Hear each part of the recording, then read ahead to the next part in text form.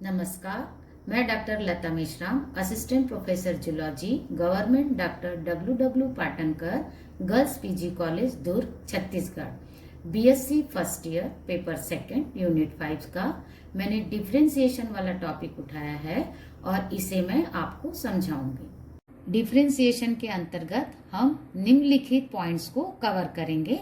पहला है इंट्रोडक्शन, दूसरा है पार्ट्स ऑफ डिफरेंशिएशन, तीसरा है प्रॉपर्टीज ऑफ सेलुलर डिफरेंशिएशन, चौथा टाइप्स ऑफ डिफरेंशिएशन, पांचवा लेवल्स ऑफ डिफरेंशिएशन और लास्ट रेफरेंस।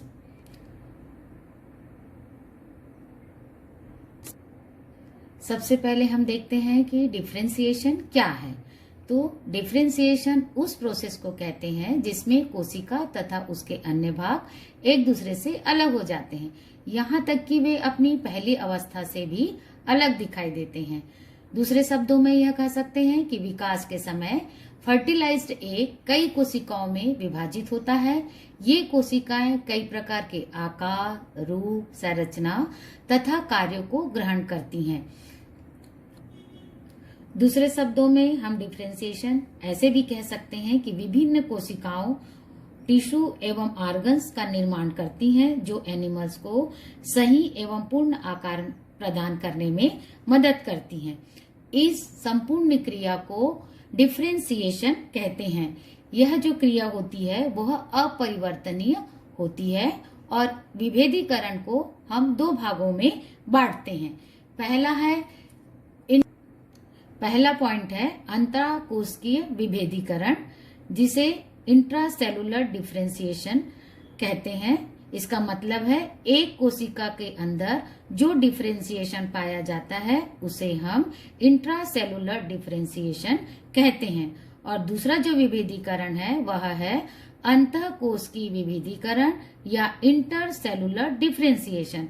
इसका मीनिंग है दो कोशिकाओं के बीच में जो विभेदीकरण पाया जाता है उसे हम इंटरसेलुलर डिफरेंशिएशन कहते हैं।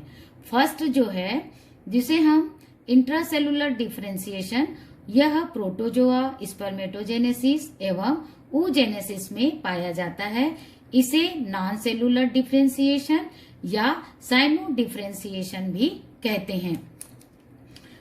दूसरा जो प्रकार है इंटरसेलुलर डिफरेंशिएशन मल्टीसेलुलर एनिमल्स तथा प्लांट्स में पाया जाता है, इसलिए इसे सुपर सेलुलर डिफरेंशिएशन भी कहते हैं। इसके अंतर्गत पूरे एम्ब्रियोजेनेसिस की विधियां आती हैं, क्योंकि एम्ब्रियो की प्रत्येक कोशिका एक दूसरे से तथा अपने वास्तविक रूप से एकदम अलग होती है। सेलुलर डिफरेंशिएशन एक जटिल क्रिया है जो कोशिका के अंदर होने वाले परिवर्तनों से संबंधित होती है, जो जंतुओं के विकास की विभिन्न अवस्थाओं से जुड़ी होती है। इस प्रकार की कोशिका एक विशेष प्रकार की कोशिका में परावर्तित हो जाती है, जिसे डिफरेंशिएटेड सेल कहते हैं। एम्ब्रियोनिक डेवलपमेंट पर कई प्रकार के प्रयोगों से यह पता चला है कि जब तक कोशिकाएं एक निश्चित संख्या से अधिक नहीं होती हैं, तब तक एम्ब्रियो में विभेदन की क्रिया प्रारंभ नहीं होती है। इसलिए विभेदन एक कोशिकीय घटना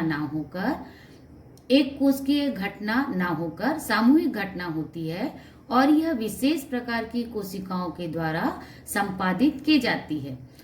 अनफर्टिलाइज्ड एग में एम्ब्रियो के निर्माण के लिए सभी आवश्यक पदार्थ पाए जाते हैं।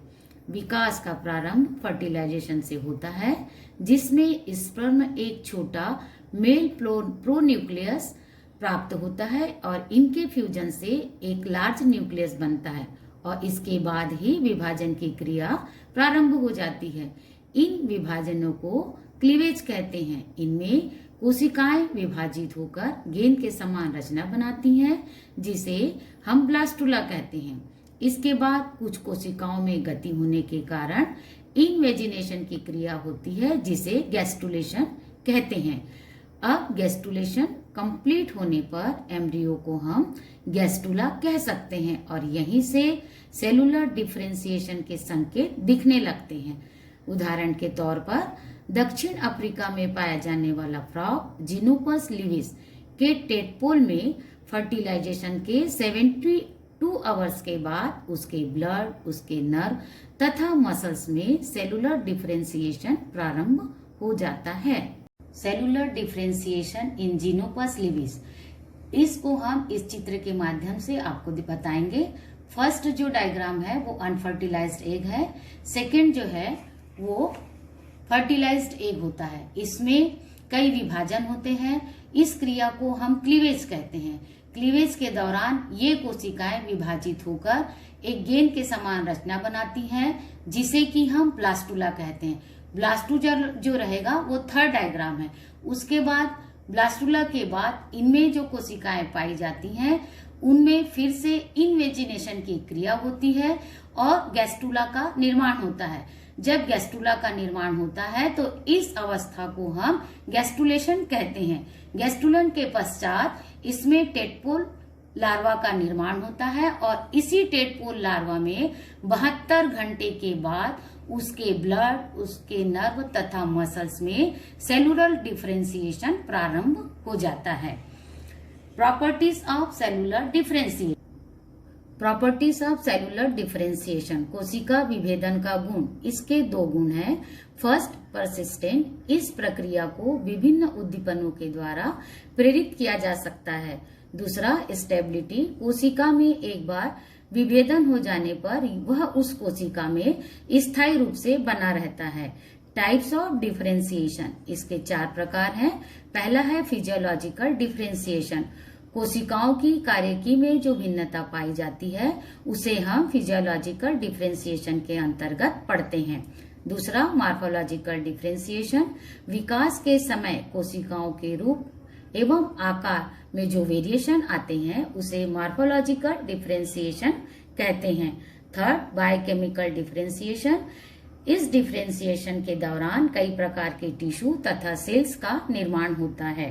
फोर्थ, बिहेवियर डिफरेंशिएशन, इनमें कोशिकाओं के व्यवहार में जो परिवर्तन आते हैं उसकी स्टडी इस डिफरेंशिएशन के अंतर्गत करते हैं। लेवल्स ऑफ डिफरेंशिएशन, विभेदीकरण का स्तर। डिफरेंशिएशन के एंजाइम तथा प्रोटीन को 3 वर्गों में बांटा गया है। फर्स्ट, समस्त कोशिका में उपस्थित स्ट्रक्चर एवं metabolic pathway. Second, secondary metabolic pathway. Third, विशेष कोशिका में पाए जाने वाले विशिष्ट कार्यविधियां। डिफरेंशिएशन के समय तीनों प्रकार के श्रेणी में प्रोटीन के कॉन्सेंट्रेशन का जो लेवल होता है वह अलग अलग होता है। इस प्रकार के कई जीन्स की क्रियाशीलता का परिणाम ही डिफरेंशिएशन है। इस प्रकार डिफरेंशिएशन का यह टॉपिक यहीं पर समाप्त होता है और यह टॉपिक हमने वी.के. तिवारी तथा एस.एम. सक्सेना की बुक की मदद से पढ़ाया है। धन्यवाद।